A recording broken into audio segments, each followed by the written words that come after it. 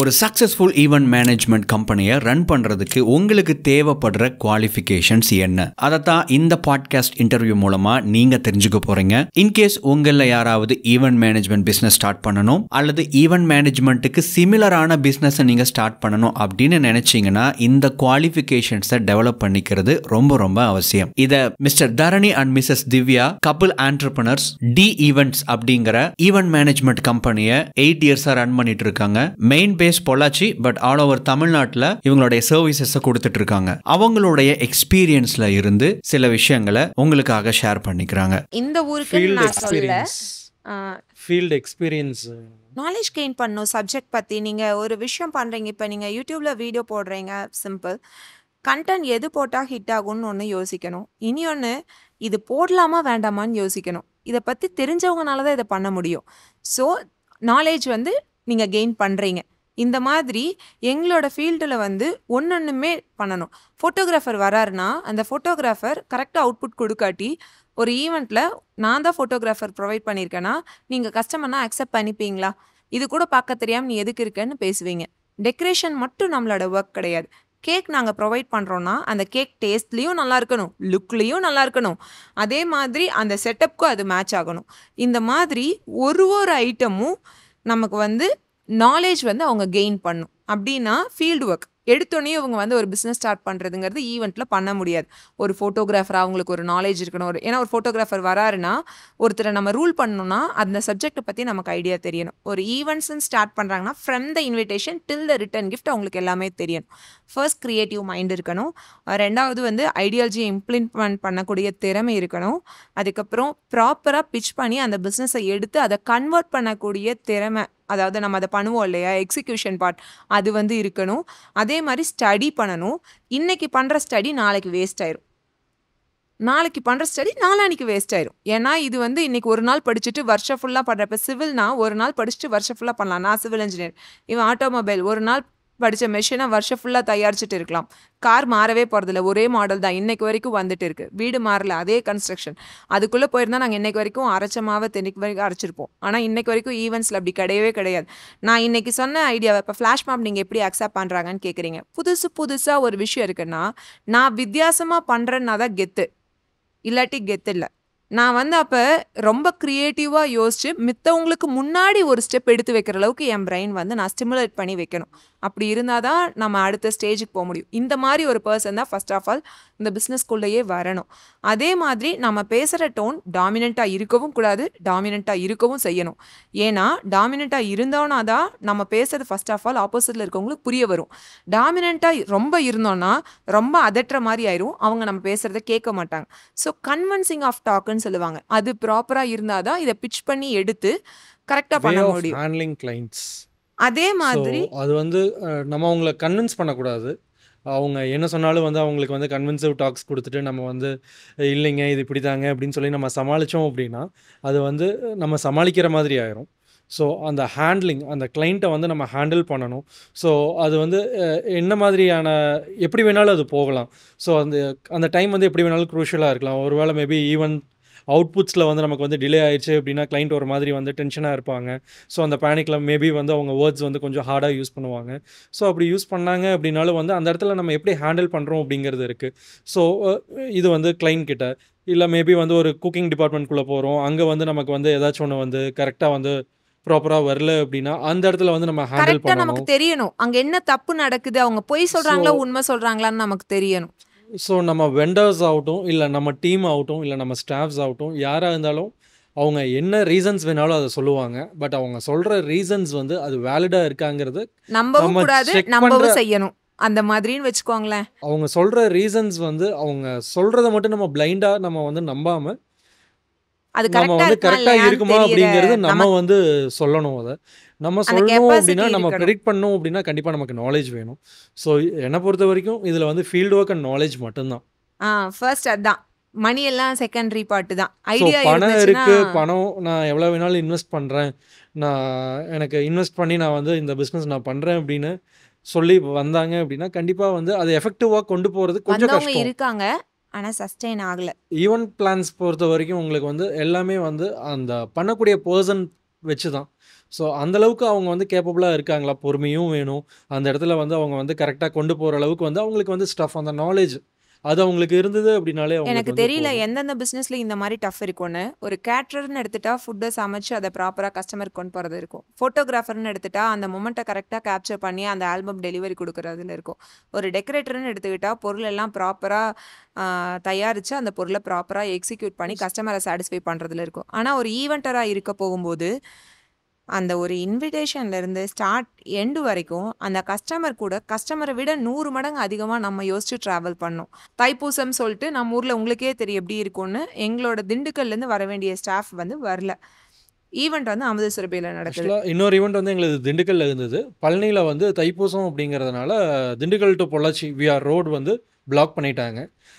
Event வந்து இங்கே 5 o'clock, அங்கே வந்து ஈவெண்ட் வந்து 11 o'clock முடிஞ்சுது. ஸோ ஜென்ரலாக அவங்க ட்ராவல் பண்ணுற மாதிரி இருந்தால் maximum 2 hours, 2 to 2.5 hours maximum time. So அவங்க வந்து 3 o'clock கிட்டேயே இங்கே வந்து ரீச் ஆயிருக்கலாம். ஆயிருக்கலாம். பட் ஈவெண்ட் வந்து உங்களுக்கு 5:30க்கு ஸ்டார்ட் ஆகுது. அப்போ நமக்கு 2 hours வெல் எனஃப் டைம் இருக்குது அப்படின்னு சொல்லி தான் நாங்கள் ஷெட்யூல் பண்ணியிருந்தோம். சொல்ல போனா பட் 6:30க்கு தான் ஈவெண்ட் ஸ்டார்ட் ஆச்சு. ஸோ ஈவெண்ட் வந்து கொஞ்சம் டிலே ஆகி 6:30க்கு தான் ஸ்டார்ட் ஆச்சு. ஆனால் அந்த ரோட் வந்து டிராஃபிக் ஆகி அவங்க பிளாக் பண்ணதுனால தாராபுரம் ரோட் மாற்றி விட்டாங்க. தாராபுரம் ரோடும் வந்து அந்த இடத்துல ஏதோ மரம் விழுந்துச்சுன்னு சொல்லி அந்த மரத்தை தூக்கி போட்டு தான் வரணும். ஏன்னா அந்த டைம் மழை கொஞ்சம் அதிகமாக இருந்தது. நான் சொல்கிறது ஒரு 3 years பேக்குங்க. அப்போ மழை அதிகமாக இருந்தது. அப்போ அந்த மரம் கீழே விழுந்ததுனால அதை நகர்த்தி போட்டு வர்றதுக்கு ரொம்பவே அவங்க லேட் ஆயிடுச்சு. அவங்க ஈவெண்ட்டுக்கு வரையில் 7:30 ஈவினிங். ஸோ 7:30 5:30க்கு ஆக்சுவலாக ஈவெண்ட் ஸ்டார்ட் ஆக வேண்டியது. ஈவெண்ட் வந்து போஸ்ட்போன் ஆகி கிளைண்ட் வரக்கு லேட் ஆகி கெஸ்ட் வரக்கு லேட் ஆகி 6:30க்கு ஸ்டார்ட் ஆகுது. 6:30க்கு ஸ்டார்ட் ஆகிற ஈவெண்ட்டுக்கு 7:30க்கு தான் அவங்க வராங்க. பட் அவங்க 7:30க்கு வராங்கங்கிறக்கோசரம் நம்ம வந்து 1 hour வந்து ஈவெண்ட்டை வந்து நம்ம போஸ்ட்போன் பண்ண முடியாது. நம்ம கிளைண்ட் கிட்ட போய் அப்பாலஜைஸ் பண்ண முடியாது. நமக்காக கிளைண்ட் எதுவுமே வந்து நிக்காது. அதை நம்பி தான் வந்து ஏன்னா அவங்க பொறுப்பு நம்மகிட்ட கொடுத்துருக்காங்க. நம்மளை நம்பி தான் வந்து அவங்க கெஸ்ட் கிட்டேயும் மேபி சொல்லியிருப்பாங்க, இல்லை அவங்க ஒரு எக்ஸ்பெக்டேஷனில் இருப்பாங்க. அவங்க 7:30க்கு வந்துட்டாங்க அப்படிங்கிறதுனால நான் போய் அவங்ககிட்ட அப்பாலஜைஸ் பண்ண முடியாது. அந்த இடத்துல வந்து நான் அதை ஹேண்டில் பண்ணும் அப்படின்னா ஒன்று நம்மகிட்ட கான்டாக்ட் இருக்கணும், இல்லை அப்படின்னா அந்த ஸ்டாஃப் நம்மளே வந்து இறங்கி பண்ற திறமை இருக்கணும். அந்த ரெண்டுல ஏதாவது ஒண்ணு ஸ்டாஃப் வந்து இருக்கணும். பண்ணக்கூடிய ஒர்க்கை நம்மளே வந்து அங்கே பண்ணுறதுக்கு நமக்கு அந்த அளவுக்கு பொட்டன்ஷியல் கேப்பபிலிட்டி இருக்கணும். இருக்கணும். ஈவெண்ட் பிளானிங் அப்படிங்கிறது ஈஸி செக்டர் கிடையாது என்னை பொறுத்த வரைக்கும். ஏன்னா இப்போது ஒரு ஜென்ரலாக இப்போ வந்து உங்கள் வீட்டில் வந்து ஒரு கல்யாணம் அப்படின்னா அந்த கல்யாணம் வந்து பொண்ணு மாப்பிள்ளை விட்டுருங்க, அந்த கல்யாணத்தை எடுத்து நடத்துறது யாராக இருப்பாங்க? கண்டிப்பாக வந்து ஒரு பெரியவங்களா இருப்பாங்க, ஒரு நாலேஜபிள் பர்சனாக இருப்பாங்க. ஸோ அவங்க தான் வந்து அந்த கல்யாணத்தை எடுத்து நடத்தக்கூடியவங்களா இருப்பாங்க. அவங்ககிட்ட தான் நம்ம அந்த பொறுப்பை கொடுப்போம். அந்த பொறுப்பை வந்து நீங்கள் வந்து ஒரு ஈவெண்ட் பிளானர் கிட்ட கொடுக்குறீங்க அப்படின்னா அப்போ உங்களுக்கு நாலேஜ் இருக்கணும் இல்லைங்களா? ஏன்னா அது வந்து ஒரு சின்ன விஷயம் கிடையாது. ஒரு 1000 பேர் சேர்ந்து பண்ணக்கூடிய ஒரு ஃபங்க்ஷன் அது. அதே மாதிரி வர 1000 பேரும் ரிவ்யூ கொடுப்பாங்க. அந்த 1000 பேர்த்து ரிவ்யூவையும் கேட்குற அந்த முக்கியமான கல்யாண பொண்ணு மாப்பிள்ளை வீட்டுக்காரங்க இல்லைங்க சூப்பரா அமைஞ்சிருச்சுன்னு சொல்லணும். அதை சொல்ற அளவுக்கு நம்ம வந்து ஏன்னா அந்த இப்போ ஒரு இடத்துக்கு கல்யாணம் அப்படின்னா கொடுத்துருக்கணும். வந்து ஒரு அண்ணன் தம்பிகிட்டயோ இல்லை வந்து அந்த மாதிரி வந்து கொடுக்கறத தாண்டி வந்து ஒரு மாமா கிட்ட, ஒரு பெரியப்பா கிட்ட, ஒரு தாத்தா கிட்ட இந்த மாதிரி தான் வந்து கொடுப்பாங்க. ஏன்னா வந்து ஏஜில் வந்து அவங்க வந்து பெரியவங்க, அவங்க வந்து கரெக்டாக நடப்பாங்க. எந்த இடத்துல செலவு பண்ணணும், எந்த இடத்துல செலவு பண்ணக்கூடாது, யார் எவ்வளோ கேட்பாங்க, பிடிப்பாங்க. ஒன்று அந்த நேரத்துக்கு வரல அப்படின்னால அதை ஹேண்டில் பண்ணணும். இன்கேஸ் பந்தல் போடுறவங்க லேட்டாக வந்துட்டாங்க அப்படின்னா வந்து ஓகே அவங்கள விட்டு நம்ம வேறு யாரை கூப்பிடலாம், இல்லை ஒரு சமையல்காரர் வந்து லேட் பண்ணிட்டாங்க, இல்லை ஃபுட்டில் வந்து ஒன்று டேஸ்ட் கம்மியாக இருக்குது, அதிகமாக இருக்குது, எல்லாமே வந்து ஹேண்டில் பண்ணக்கூடிய இது பார்த்தீங்க அப்படின்னா அந்த பெரியவங்களுக்கு ஏன் கொடுக்குறாங்க? நாலேஜ். அப்போது அந்த ஒரு ரோலை வந்து நம்ம ப்ளே பண்ணுறோம் அன்னைக்கு. அப்போ நம்ம ப்ளே பண்ணுறோம் அப்படின்னா அது ஏஜ் டசன்ட் மேட்டர், நமக்கு நாலேஜ் இருக்கணும். அந்த அளவுக்கு நம்ம அதில் வந்து ஸ்ட்ராங்காக இருக்கணும். டெசிஷனும் கரெக்டா எடுக்கணும். ஏன்னா ஸோ நம்ம எடுக்கக்கூடிய டெசிஷன்ஸ் இப்போ அந்த வந்து நம்ம நிமிஷம் வந்து அதே மாதிரி வந்து இப்போது அந்த பெரியவங்க வந்து பண்ணக்கூடிய விஷயத்த நம்ம பண்ணுறோம். அதை வந்து நம்மக்கிட்ட நம்பி கொடுத்துட்டாங்க. அதுக்கப்புறம் நம்ம பார்த்தீங்க அப்படின்னா அதை வந்து நம்ம யார்கிட்ட கொடுக்கணும் அப்படிங்கிறது அது நம்ம கையில் தான் இருக்குது. ஏன்னா நம்ம பேசுகிறதுல கன்வின்சிவாக நம்ம பேசியிருப்போம், அவங்க வந்து அதில் வந்து இம்ப்ரெஸ் ஆகி இல்லை நம்ம ஒர்க் அவுட்புட் நம்ம பார்த்து கிட்ட அதை 10 வந்து நம்மகிட்ட ஸ்டாஃப் இருப்பாங்க. கொடுத்துருப்பாங்க. 10 பேர் திறமையா தான் இருப்பாங்க. அந்த கஸ்டமருக்கு யாரு கரெக்டா ஒர்க் பண்ணுவாங்கன்னு ஒண்ணு இருக்கும் இல்லைங்களா? இப்போ அத நம்மகிட்ட 10 வந்து ஃபோட்டோகிராஃபர்ஸ் இருப்பாங்க, 10 கேட்டரர்ஸ் இருப்பாங்க, இல்லை வந்து 10 டெக்கரேஷன் பண்ணுறதுல கூட வந்து ஃப்ளாரிஸ்ட் அந்த ஃப்ளவர் குத்துற பர்சன்ஸ் இருப்பாங்க. ஸோ ஒவ்வொன்றிலையுமே வந்து அந்த அவுட்புட் இருக்கும். ஸோ இதுக்கு யாரை கூப்பிட்டோம் அப்படின்னா வந்து கரெக்டாக இருக்கும் அப்படிங்கிறத நம்ம தான் வந்து அந்த இடத்துல சூஸ் பண்ணணும். ஸோ நம்ம அந்த இடத்துல வந்து ஒரு மணி மோட்டிவாவோ இல்லை வந்து அந்த மாதிரிலாம் நம்ம போயிட்டோம் அப்படின்னா வந்து நம்ம மார்ஜின்ஸ் பார்க்குறதுக்காக நம்ம பார்த்தோம் அப்படின்னா அந்த இடத்துல அவுட்புட் இருக்காது. எல்லா பிஸ்னஸ்லையுமே வந்து உங்களுக்கு வந்து ரிஸ்க் இருக்கும், ப்ரெஷர்ஸ் இருக்கும், ஸ்ட்ரெஸ் இருக்கும், எல்லாமே இருக்கும். சேம் அதே தான் இங்க இருக்கு. அந்த வே ஆஃப் அது மட்டும்தான் மாறுது. மேபி மெத்தடாலஜி ஒரு தான் ப்ரொடக்ஷன் மாறுது. கம்பெனியில் வந்து வேறு மாதிரியான ப்ராப்ளம்ஸ் இருக்கலாம், அந்த இடத்துல வேறு தேவைப்படலாம். ஸோ வேறு ஏதாச்சும் ஒரு கன்ஸ்ட்ரக்ஷன் ஃபீல்டில் வந்து வேறு மாதிரி தேவைப்படலாம். ஸோ எல்லா பிஸ்னஸ்லேயும் எல்லாத்துக்குமே வந்து ஒரு டிஃபிகல்ட்டிஸ் இல்லை வந்து ஒரு டஃப்பான ஃபேஸஸ், ஒரு டாஸ்க் எல்லாமே வந்து இருக்கும். சேம் அதே மாதிரி தான் இங்கேயும். பட் அதை வந்து நம்ம ஹேண்டில் பண்ணக்கூடிய அளவுக்கு நம்ம இருக்கணும். சஃபிஷியன்ட்டான மேன் பவர் இருக்கணும். இது இல்லை சொன்னோம்னா பண்ண ஏன்னா இது முடியாது. எதுவுமே வந்து நமக்கு வந்து டிலே பண்ணுற ஒர்க் கிடையாதுங்க. இப்போ வந்து நம்ம ஒரு ப்ராஜெக்ட் நம்ம வந்து ஒரு 1 மந்த் ப்ராஜெக்ட் எடுக்கிறோம், இல்லை வந்து ஒரு 10 டேஸ் ப்ராஜெக்ட் எடுக்கிறோம் அப்படின்னா, ஓகே நீ இன்னைக்கு லீவுப்பா பரவாயில்ல, நீ வந்து நாளைக்கு வந்துரு, இல்லை நாளைக்கு வந்து நம்ம 2 பேர்த்த சேர்த்து போட்டு பண்ணிடலாம் அந்த அப்படிங்கிற மாதிரி மாதிரி வந்து பண்ணலாம். அதில் வந்து நம்ம பண்ணலாம். பட் இது வந்து ஒரு நாள் நடக்கக்கூடிய ஃபங்க்ஷன். ஸோ இன்னைக்கு வந்து கல்யாணம் அப்படின்னா நம்ம வந்து பிஃபோர் டே நம்ம ஒர்க் இந்த பண்ணுவோம். ஸோ அந்த கல்யாணத்துக்கு பிஃபோர் டே ஒர்க் போட்டோகிராஃபர் பண்ணையில வந்து தாலி கட்டுற மொமெண்ட்டை மிஸ் பண்ணிட்டா எப்படி இருக்கும் பாத்தீங்களா? அந்த மாதிரி அந்த அந்த பின் பாயிண்ட்ல தான் ஈவெண்ட்ல எல்லா விஷயமும் இருக்கும். இன்விடேஷன்ல ஒரு எழுத்து தப்பாயிடுச்சுன்னா அவங்க பிரிண்ட் பண்ண கொடுத்திருந்தா கரெக்டா இருக்கும். நம்ம கொடுக்கும்போது அந்த கம்மா எக்ஸ்ட்ரா வந்துருச்சுன்னா கூட அது ஒரு பெரிய அட்லீஸ்ட் அது ப்ராப்ளம். கூட வந்து ஒரு ஹேண்டில் பண்ணிடலாங்க. ஏன்னா பத்திரிக்கை வந்து 1 மாதத்துக்கு முன்னாடியே இல்லை 2 மாதத்துக்கு முன்னாடியே பிரிண்ட் பண்ணுவாங்க. டெமோ ஒரு வரும். ஸ்பெல்லிங் மிஸ்டேக் வந்து ஆயிடுச்சு அப்படின்னா ஃபர்ஸ்ட் நம்ம வந்து ஒரு சாம்பிள் காப்பி கொடுத்துட்டு அதுக்கப்புறம் தான் நம்ம வந்து ஃபுல் காப்பீஸ் கொடுப்போம். ஸோ அதில் வந்து நம்ம சால்வ் பண்ணிடலாம். ஆனால் இதெல்லாம் பார்த்தீங்க அப்படின்னா ஸ்பாட்டில் எடுக்கக்கூடிய டெசிஷன்ஸ், ஸ்பாட்ல ஸ்பாட் வந்து ஒர்க்ஸ் எல்லாமே இந்த இதில் வந்து நம்ம டிலே பண்ணிட்டோம், இல்லை இதில் வந்து தப்பு நடந்துச்சு அப்படின்னா நம்ம எதுவுமே பண்ண முடியாது. கேக் கட்டிங்னு சொல்லுவாங்க. கேக்கை பத்திரமா எடுத்து கொண்டு போய் வைக்கிறதே ஒரு பெரிய விஷயமா இருக்கும். நம்ம நினைச்சிட்டோம் சின்ன கேக்குன்னா தூக்கி கொண்டு போய் வச்சிடலாம். பர்த்டேக்கெலாம் 5 கேஜி 7 கேஜி 3 லேயர் 2 லேயருங்கிறது ட்ரெண்டாக இருக்கும். அசால்ட்டாக சொல்லுவாங்க. அவங்களே கேக்கை வாங்கி கொண்டு போய் வைக்கிறது ஈஸி. ஏன்னா நம்ம கேக்கை நம்ம தெரியாமல் கீழே போட்டோம்னா கூட நம்ம அட்ஜஸ்ட் பண்ணிப்போம். ஏன்னா நம்ம ஃபங்க்ஷன் நம்ம தெரியாமல் கீழே போட்டோம், நம்ம தான் தப்பு, அண்ணனை தம்பியே தப்பு சொல்லிட்டு உட்காந்துக்கலாம். ஆனால் நம்ம ஈவெண்ட்டர் நம்ம யாரையும் தப்பு சொல்ல முடியாது. நம்ம தான் கொண்டு போய் அந்த கேக்கை அந்த டேபிள் மேலே வைக்கணும். டேபிளோட சைஸ் நீங்களே பார்க்குறீங்க எப்படி இருக்குன்னு. ட்ரெண்டுக்காக இந்த மாதிரி குட்டி குட்டி டேபிள்லாம் பண்ணி வச்சிடும். அதுக்கு மேலே கேக் ட்ரெண்ட் சொல்லி ஒரு ட்ரெண்டுக்காக இன்னும் அழகாக பண்ணி வச்சிடும். ஆனால் அது மேலே அந்த கேக்கை ப்ராப்பராக அப்படி உட்கார வைக்கும் போது 3 லேயர்ஸ்லாம் உட்கார வைக்கும் போது 7 கேஜிஸ் இருக்குங்க. அது அழகாக உட்காந்து நிற்கணும். இல்லை சொல்லியாச்சுன்னா போச்சு. ஒரு லைட்டாக சேக்காச்சு இல்லை ஒரு குழந்தை வந்து தட்டி விட்டுருச்சுன்னா கூட கேக் கீழே வந்து ஸ்மாஷ் தான். நம்ம 5 நிமிஷத்தில் திருப்பி கேக்காக ரெடி பண்ண முடியும். ஸோ அந்த மாதிரி அதெல்லாம் ரொம்ப ஒரு க்ரூஷியல் மொமெண்ட் மாதிரி இருக்கும். ஒரு கப் கேக்கில் இத்தினோண்டு க்ரீம் நகர்ந்து அழிஞ்சு போச்சுன்னா கூட அது அசிங்கமாக தான் தெரியும். அவங்க வைக்கும் போது அது ட்ராவல் எரர்னு சொல்லிக்கலாம். டிரான்ஸ்போர்ட் லெட்டர் போது இப்படி ஆயிடுச்சு வைங்க அப்படின்ட்டுருவாங்க. நம்ம கொண்டு வரும்போது அப்படி போய் நம்மளும் சொல்ல முடியாது. அவங்களும் அக்செப்ட் பண்ணிக்கிற மைண்ட் செட்டில் இருக்க மாட்டாங்க. ஸோ அந்த மாதிரி ஒரு விஷயமும் குட்டி குட்டியாக நம்ம நினச்சிட்டோம் வெறும் கேக் எடுத்து வைக்கிறது தானேன்னு. நான் திட்டிகிட்டே இருப்பேன், வெறும் கேக் எடுத்து வைக்கிறது தானே, உனக்கு என்ன தெரியும், நீ வச்சு பார்த்தா தெரியும். ஆக்சுவலி நான் நிறைய டைம் வச்சுருக்கேன். நான் தான் யூஸ்வலாக கேக் ஹேண்டில் பண்ணுவேன். இப்போ நான் கொஞ்சம் அவங்கள பண்ண சொல்லும்போது ஆனால் எனக்கு ஆஸ் அ கஸ்டமராக நானும் கேஷுவலாக தான் பேசுவேன்.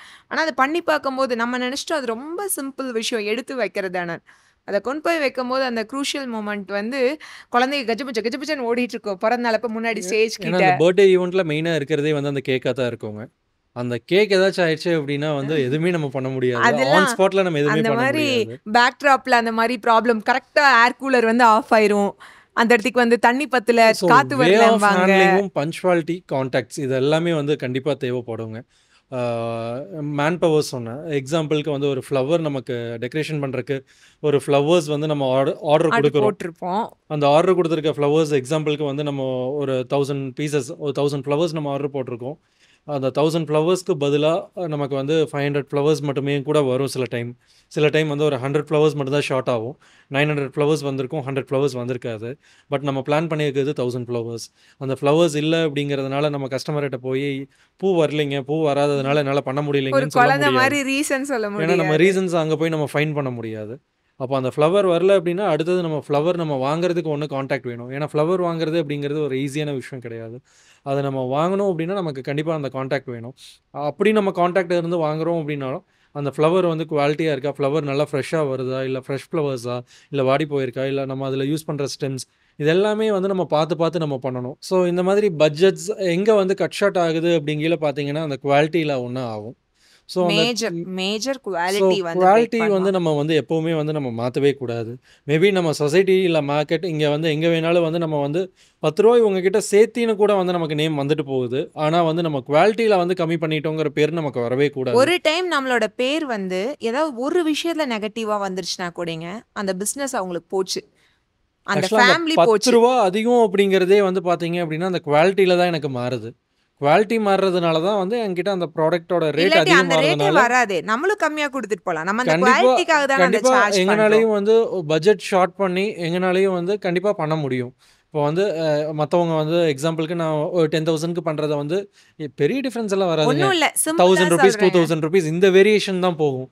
8000 ரூபீஸ்க்கு வந்து பண்ண முடியும் அப்படின்னு சொல்றாங்களா? என்னால அத 7க்கு கூட பண்ண முடியும். 7.5க்கு கூட பண்ண முடியும். பட் என்ன அப்படின்னா, அந்த இடத்துல வந்து குவாலிட்டி. நம்ம பிளான் பண்றது, நம்ம குடுக்குற விஷயம் வந்து அங்க வந்து எப்படி இருக்கு அப்படிங்கிறத வந்து நம்ம பார்க்கணுங்க.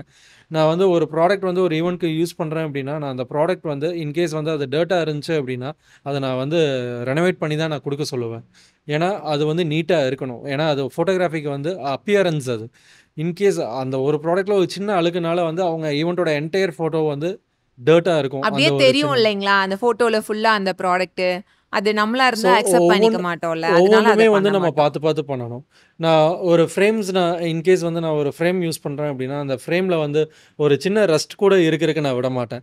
இன்கேஸ் ரஸ்ட் இருக்குது அப்படின்னா வந்து அதை நான் மறுபடியும் வந்து அதை நான் பெயிண்ட் பண்ணி அதுக்கப்புறம் தான் ஈவெண்ட் எடுத்துகிட்டு போக சொல்லுவேன். ஈவென்ட் ஸ்பாட்டுக்கு போயிட்டு அங்க உட்கார்ந்து பெயிண்ட் பண்ணி ஸ்ப்ரே பண்ண காலம் கூட இருக்கு. ஏன்னா நாங்க வேஸ்ட் கண்டிப்பாக பண்ணதில்ல. ஏன்னா அந்த நிமிஷம் அந்த பொருள் நீட்டா ஏன்னா இருக்கணும். சில அந்த ப்ராடக்ட்ஸ் வந்து என்னதான் வந்து நாங்கள் வந்து எங்களோட ஒர்க் ஸ்பேஸில் வந்து நாங்கள் வந்து அதை பெயிண்ட் பண்ணுறோம் டிரான்ஸ்போர்ட்ல இல்லை ப்ராப்ளமா? ரெனோவேட் பண்ணுறோம் அப்படின்னாலும் அதை நம்ம ஹேண்டில் பண்ணல.